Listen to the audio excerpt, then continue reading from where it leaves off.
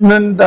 مشرانو ام پی ایس اف ام ان ایس اف د هدایت مطابق رالو دلته د زمونږ هسپتال کې چې کومې محرومیانې وي د هغې په سلسله کې کوم شکایات و کومې خبرې اترې وې په موږ وزټ وکړو خو ماشاءالله د مخکې نه انتهایي بهتري راغلې ده ام ایس اف د هغوی ټیم زمونږ دلته فلاحي کوم ملګري چې دي د هغوی په وجه باندې چې کوم دی ډېر کافي حده پورې چې کوم دی دلته کوم محرومیانې کمې شوي دي او انشاءالله امید دره به دی چې راتلونکي ټیم کې چې دا کومې محرومیانې دي هغه هم ختمېږي دې ټیم کې زمونږ او پی ډي چې کومه ده هیوي او پی ډي ده زمونږ ایمرجنسي چې کومه ده هیوي ایمرجنسي چلیږي زمونږ چې کوم دی په ایمرجنسي کې کوم محرومیانې وي ډریپونه یا ستنې وي د ضرورت مطابق تقریبا څه حده پورې چې کوم دی هغه برابر شوي دي زموږ د لیبارټرۍ چې کوم مسله وه څه حده پورې ماشاءالله ښه شوې ده پاتې شوه د زنانه الټراسون والا هغه مثلا چې کوم دی ایم ایس صاحب او زموږ چې کوم تنظیم دی د هغې په وساطت سره چې کوم دی هغې کې هم څه ډېره ښه ده پورې کمي راغلې ده او زه امید لرم چې دا کومې محرومیانې پاتې دي لکه زموږ د ډیجیټل ایکس رې مسلې دي زموږ چې کوم دی د ایوننګ د او پی ډي مسلې دي زموږ چې نورې کومې کمې دي نو زه امید لرم چې راتلونکي میاشت دوه کې به دغه محرومیانې هم ختم شي او انشاءالله د ایم ایس اف په مدد سره د دوی په مهنت سره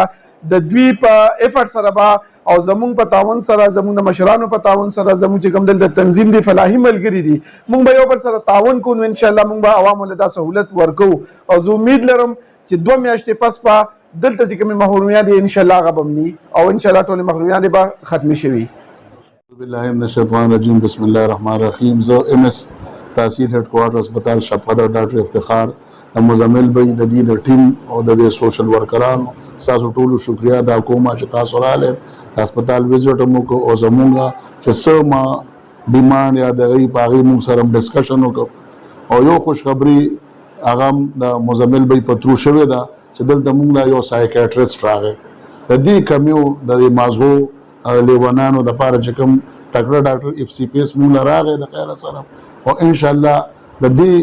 علاقه او د دې چې مونږ سونه د سایکیاټری مریضان دي نو خدای پاک د غي لپاره یو مسیحا راوسته او دا د دې لپاره مزمل به د شپږ وو میاشتونه افورټس کول او هغه هغه ارای ولک او ان شاء الله د 13 هفته نه به هغه خپل او پی ډي سٹارټ کی نو ان شاء الله دغه یو سیس کمیو هم خدای پورا کو او ان شاء الله اور روان میاش نیمه کې بعد دلته ټولې مسلې خدای حل کی یو سیس بم پاتې نشي لکه چې مون سره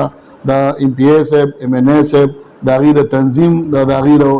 تکړه ورکرانو ډیر زیات تعاون دی او زه همیشه ما سره کړی دی تعاون او دې تعاون زه ډیر شکریا ادا کوم